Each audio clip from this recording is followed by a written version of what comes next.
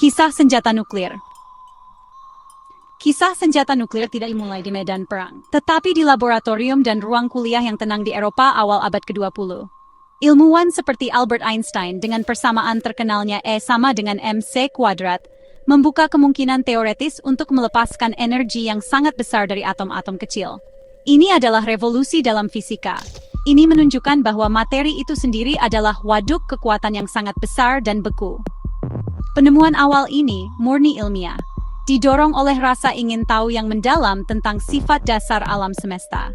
Para ilmuwan yang terlibat hampir tidak dapat membayangkan aplikasi yang luar biasa dan mengerikan yang akan dimungkinkan oleh pekerjaan mereka suatu hari nanti.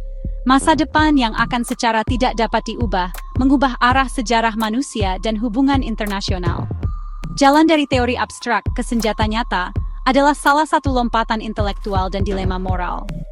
Namun, iklim politik tahun 30-an segera membayangi ilmu murni ini. Dengan bangkitnya Nazi Jerman, banyak fisikawan top Eropa, sejumlah besar dari mereka Yahudi, melarikan diri dari penganiayaan dan mencari perlindungan di Amerika Serikat. Mereka membawa serta peringatan serius, ilmuwan Jerman juga berada di ambang pemahaman fisi nuklir, proses pemisahan atom untuk melepaskan energi. Ketakutan ini, bahwa rezim Adolf Hitler mungkin mengembangkan bom atom terlebih dahulu, mendorong mereka untuk memperingatkan pemerintah IS. Gagasan tentang senjata penghancur seperti itu di tangan agresor totaliter adalah skenario mimpi buruk yang mendorong kekuatan sekutu ke dalam perlombaan putus asa melawan waktu, mengubah konsep ilmiah menjadi tujuan militer rahasia dengan prioritas tertinggi. Urgensi ini mengkristal menjadi proyek Manhattan, sebuah usaha monumental dengan skala dan kerahasiaan yang belum pernah terjadi sebelumnya. Di bawah arahan ilmiah J. Robert Oppenheimer, Amerika Serikat mengerahkan kekuatan industri dan modal intelektualnya untuk memecahkan tantangan kompleks dalam mempersenjatai energi atom. Proyek ini adalah perusahaan yang luas, melibatkan ratusan ribu orang yang bekerja di kota-kota tersembunyi yang dibangun dari awal, seperti Los Alamos di New Mexico dan Oak Ridge di Tennessee. Mereka ditugaskan untuk memperkaya uranium dan memproduksi plutonium, bahan fisil yang diperlukan untuk reaksi berantai. Amerika Serikat menjadi negara pertama yang berhasil mengembangkan dan menguji senjata nuklir, meledakkan perangkat Trinity di gurun New Mexico pada 16 Juli 1945, selamanya membawa dunia ke era atom. Sejalan dengan pengembangan bom adalah penciptaan sistem pengirimannya, rudal. Jerman, di bawah Wernher von Braun, memelopori teknologi ini selama Perang Dunia Kedua dengan roket V2. Meskipun bukan rudal nuklir, V2 adalah rudal balistik jarak jauh pertama di dunia. Senjata mengerikan yang dapat bergerak lebih cepat dari kecepatan suara untuk menyerang kota-kota seperti London. Setelah perang, baik Amerika Serikat maupun Uni Soviet bergegas untuk merebut ilmuwan dan teknologi roket Jerman. Ini menandai dimulainya era rudal. Kombinasi bom atom dan rudal jarak jauh menciptakan senjata pamungkas yang dapat menjangkau benua dan memberikan kehancuran dahsyat hanya dalam hitungan menit, menyiapkan panggung untuk lanskap geopolitik tegang yang akan mendefinisikan beberapa dekade berikutnya. Berakhirnya Perang Dunia Kedua tidak membawa perdamaian abadi, melainkan memunculkan Perang Dingin, perjuangan ideologis yang tegang antara Amerika Serikat dan Uni Soviet. Monopoli Amerika atas senjata nuklir berumur pendek. Melalui spionase ekstensif dan upaya ilmiahnya yang luar biasa, Uni Soviet meledakkan bom atom pertamanya pada 1949, jauh lebih cepat dari perkiraan intelijen Amerika. Peristiwa ini menghancurkan ilusi tak terkalahkannya Amerika dan memicu perlombaan senjata yang panik. Kedua negara adidaya mulai menimbun gudang senjata nuklir yang sangat besar, masing-masing berusaha mengalahkan yang lain dalam kuantitas dan kekuatan penghancur. Dunia sekarang disandera oleh doktrin penghancuran saling terjamin, atau MET, sebuah kenyataan suram, di mana serangan nuklir skala penuh oleh satu pihak akan dibalas dengan serangan balasan yang sama-sama menghancurkan dari pihak lain, memastikan kehancuran total keduanya. Sepanjang Perang Dingin, klub nuklir eksklusif secara bertahap berkembang. Inggris menguji bom pertamanya pada 1952, diikuti oleh Prancis pada 1960, dan Tiongkok pada 1964.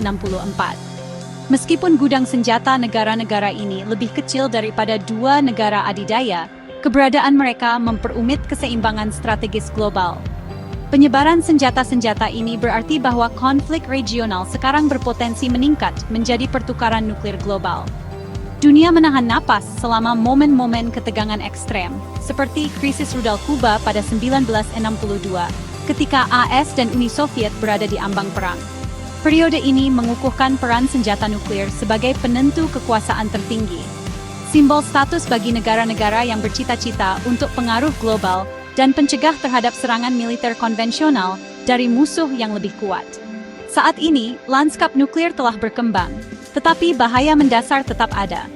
Meskipun Amerika Serikat dan Rusia telah secara signifikan mengurangi persediaan mereka sejak puncak Perang Dingin, mereka masih secara kolektif memiliki lebih dari 90% hulu ledak nuklir dunia. Rusia saat ini memiliki jumlah senjata nuklir terbesar, dengan perkiraan inventaris hampir 6.000 hulu ledak, meskipun banyak yang dalam cadangan atau menunggu pembongkaran. Amerika Serikat mengikuti di belakang. Dalam hal teknologi, kedua negara mempertahankan gudang senjata yang sangat canggih, termasuk Triad sistem pengiriman rudal balistik antar benua berbasis darat, rudal balistik yang diluncurkan dari kapal selam, dan pembom strategis. Kesetaraan teknologi ini memastikan bahwa logika penghancuran saling terjamin, meskipun kurang terbuka dibahas, terus mendasari hubungan strategis mereka. Kekuatan nuklir resmi lainnya, Tiongkok, Prancis dan Inggris, mempertahankan gudang senjata yang lebih kecil tetapi masih kuat. Selain itu, beberapa negara lain telah mengembangkan kemampuan nuklir di luar kerangka perjanjian non-proliferasi. India dan Pakistan, rival regional, keduanya melakukan uji coba nuklir pada 1998, memperkenalkan dinamika nuklir yang tidak stabil ke Asia Selatan. Israel secara luas diyakini memiliki program senjata nuklir yang sudah lama ada dan tidak diumumkan. Dan yang paling terkenal, Korea Utara telah menentang sanksi dan kecaman internasional untuk mengembangkan bom nuklirnya sendiri dan rudal untuk mengirimkannya, menciptakan sumber ketidakstabilan yang persisten di Asia Timur dan sekitarnya. Distribusi senjata nuklir yang lebih luas ini telah membuat dunia menjadi tempat yang lebih kompleks dan tidak dapat diprediksi. Korea Utara, di bawah pemerintahan dinasti keluarga Kim, menyajikan salah satu tantangan nuklir paling mendesak di abad ke-21. Selama beberapa dekade, rezim yang terisolasi ini telah mengejar senjata nuklir dengan tekad yang tunggal, memandangnya sebagai jaminan utama kelangsungan hidupnya terhadap apa yang dianggapnya sebagai ancaman eksistensial yang ditimbulkan oleh Amerika Serikat dan sekutunya. Di bawah Kim Jong-un, negara ini telah membuat kemajuan yang mengkhawatirkan, melakukan beberapa uji coba nuklir, dan mengembangkan berbagai rudal balistik dengan jangkauan dan kecanggihan yang meningkat. Rudal-rudal ini sekarang mungkin mampu mencapai tidak hanya tetangga regionalnya, seperti Korea Selatan dan Jepang, tetapi juga sebagian Amerika Serikat. Program nuklir Korea Utara bukan hanya pencegah defensif. Itu adalah alat paksaan yang memungkinkan rezim untuk terlibat dalam diplomasi berbahaya dan mendapatkan konsesi dari komunitas internasional. Hubungan antara Rusia, di bawah Vladimir Putin, dan Iran, di bawah pemimpin tertinggi Ali Khamenei, telah semakin dalam menjadi kemitraan strategis yang lahir dari kepentingan bersama dan oposisi bersama terhadap pengaruh AS. Meskipun Iran saat ini tidak memiliki senjata nuklir, ia memiliki program nuklir yang sangat maju yang ditakutkan Barat dapat dipersenjatai. Rusia telah menjadi mitra kunci dalam program ini, setelah membangun pembangkit listrik tenaga nuklir Bushehr dan memberikan bantuan teknis. Kerjasama ini meluas ke bidang militer, dengan Iran memasok drone ke Rusia untuk perangnya di Ukraina, dan Rusia berpotensi menyediakan teknologi militer canggih kepada Iran, termasuk sistem pertahanan udara dan jet tempur. Aliansi ini menciptakan blok yang tangguh yang menantang tatanan internasional yang dipimpin Barat, dan memperumit upaya untuk menahan ambisi nuklir Iran. Poros yang muncul ini, yang menghubungkan Pyongyang, Moskow, dan Teheran, terikat oleh keinginan bersama untuk melawan kekuatan dan sanksi Amerika. Bagi Rusia, hubungan yang lebih dekat dengan Korea Utara dan Iran menyediakan akses ke pasokan militer yang sangat dibutuhkan dan menciptakan gangguan diplomatik yang mengalihkan perhatian dan sumber daya Barat dari Ukraina. Bagi Korea Utara dan Iran, Rusia adalah pelindung yang kuat di Dewan Keamanan PBB, yang mampu memveto sanksi dan menyediakan perisai diplomatik. Ada kekhawatiran yang berkembang bahwa kerjasama ini dapat meluas ke ranah nuklir dan rudal, dengan Rusia berpotensi berbagi teknologi sensitif dengan mitranya sebagai imbalan atas dukungan mereka. Sebuah perkembangan yang akan secara dramatis mempercepat program senjata mereka dan semakin mengacaukan wilayah masing-masing. Sinergi di antara ketiga negara ini mewakili perubahan signifikan dalam dinamika kekuatan global. Kolaborasi mereka memungkinkan mereka untuk mengumpulkan sumber daya, berbagi taktik untuk menghindari sanksi internasional, dan menampilkan front persatuan melawan tekanan diplomatik. Rusia Putin, Korea Utara Kim, dan Iran Khamenei bukan hanya negara-negara nakal yang terisolasi. Mereka semakin menjadi bagian dari jaringan aktor terkoordinasi yang secara aktif bekerja untuk merusak arsitektur keamanan yang ada. Penjajaran ini membuat jauh lebih sulit untuk mengatasi setiap tantangan nuklir secara terpisah.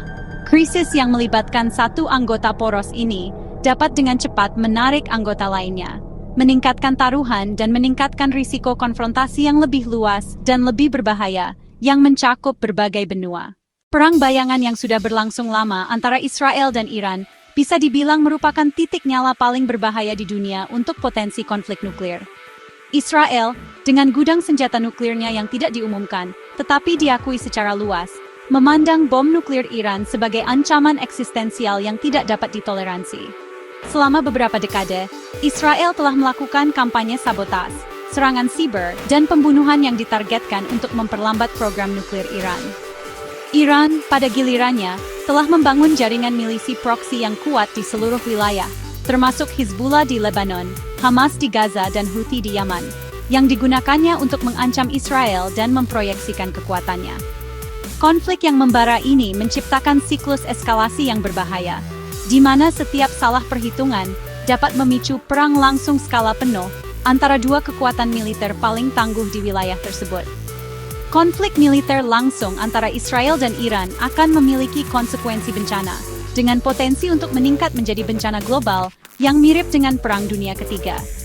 Serangan Israel terhadap fasilitas nuklir Iran hampir pasti akan memprovokasi respons balasan besar-besaran dari Iran dan proksinya, menargetkan kota-kota Israel dan aset-aset strategis. Perang semacam itu tidak akan tetap terkendali. Ini akan segera mengancam jalur pelayaran global yang vital di Teluk Persia, seperti Selat Hormuz, tempat sebagian besar pasokan minyak dunia melewati. Guncangan yang dihasilkan terhadap ekonomi global akan parah, dan Amerika Serikat sebagai sekutu terdekat Israel pasti akan terlibat dalam konflik untuk membela mitranya dan kepentingannya di wilayah tersebut. Persahabatan yang semakin dalam antara Rusia dan Iran menambah lapisan eksplosif lainnya pada situasi yang sudah tidak stabil ini. Jika konflik pecah, Rusia kemungkinan akan memberikan perlindungan diplomatik dan berpotensi dukungan material kepada Iran, mitra strategisnya. Ini akan mengadu kekuatan bersenjata nuklir satu sama lain, baik secara langsung maupun melalui proksi. Skenario di mana AS terlibat dalam konflik yang mendukung Israel melawan Iran, yang didukung oleh Rusia, akan menciptakan kebuntuan negara adidaya yang mengingatkan pada hari-hari tergelap Perang Dingin, tetapi di dunia yang jauh lebih kompleks dan multipolar. Tiongkok, dengan kepentingannya sendiri di wilayah tersebut dan kemitraannya yang semakin dalam dengan Rusia, juga akan menjadi aktor yang kritis dan tidak dapat diprediksi, semakin memperumit resolusi diplomatik atau militer apapun. Pada akhirnya, keberadaan senjata nuklir secara fundamental telah membentuk kembali politik global, menciptakan perdamaian yang rapuh dan mengerikan, yang dibangun di atas ancaman kehancuran total. Meskipun mereka telah mencegah perang skala besar antara kekuatan besar selama lebih dari 75 tahun, proliferasi mereka telah membuat dunia lebih berbahaya. Kombinasi persaingan regional, seperti antara Israel dan Iran, dengan persaingan kekuatan besar yang melibatkan AS, Rusia, dan Tiongkok, berarti risiko penggunaan nuklir bisa dibilang lebih tinggi saat ini daripada dalam beberapa dekade. Jaringan aliansi yang rumit, bangkitnya negara-negara bersenjata nuklir yang menantang seperti Korea Utara, dan potensi eskalasi yang cepat, berarti bahwa umat manusia harus menavigasi lanskap berbahaya ini dengan sangat hati-hati, karena satu kesalahan langkah dapat menyebabkan bencana global dalam skala yang tak terbayangkan.